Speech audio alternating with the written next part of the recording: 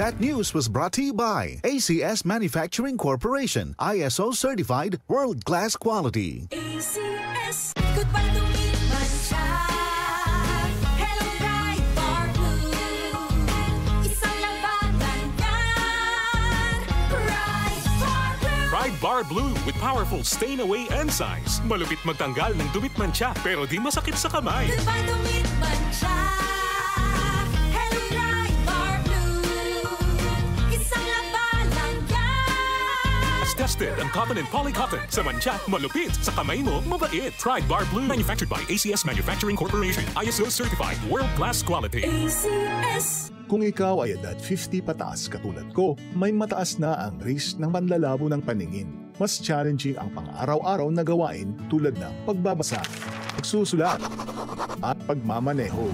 Ang Optin ay may lutin na maaari makatulong sa kalusugan ng mata, nilalabanan ang epekto ng glaucoma, macular degeneration at katarata. Kitang-kita ang kalusugan. Mabibili ang Optin sa mga pangunahing butika nationwide. Mahalaga ang paalala, ang Optin ay hindi gamot at hindi dapat gamitin panggamot sa anumang uri ng sakit. Good morning, my dear plants. Didiligan ko kayo para di kayo matuyo.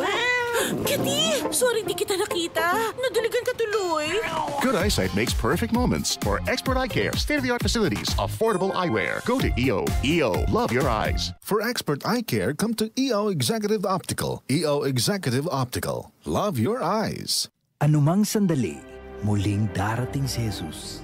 Malapit na akong dumating. Dala ko ang aking gantimpala para sa bawat isa ayon sa mga ginawa niya. Ako ang Alpha at ang Omega, nang ibig sabihin ang una at ang huli. Revelation 22, verse 12 to 13. Repent. Turn to Jesus today. He is the only way to heaven. Brought to you by MX3.